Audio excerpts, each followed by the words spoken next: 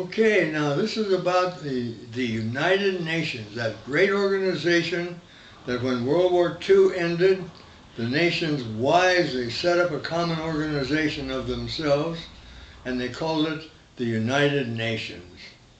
It gave everybody hope. Everything was thought of. A General Assembly that was all the 100 or so weak countries out in the colonies. Then a great Security Council because they had most of the money and most of the weaponry and most of the desks and chairs and computers and other stuff. And then these really heave-ho five powers that did a lot of the fighting and dropped most of the bombs on each other and all.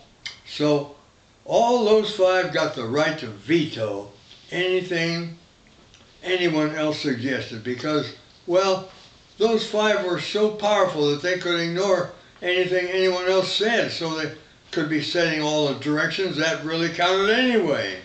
So, back in 1945, we could see it wasn't perfect with this veto and all. So, given all the good attitudes of the nations, it was okay so far as us folks could tell. You know what I mean. Then, for sure, in later years we could see this made sense because most of the votes on big issues would be 126 against and 2 for, or 126 for and 2 against.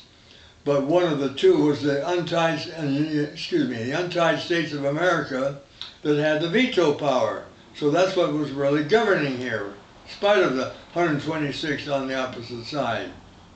But we knew then it was okay because through the years they kept voting. And now, about 63 years later, the untied nations still exists. So, wake up.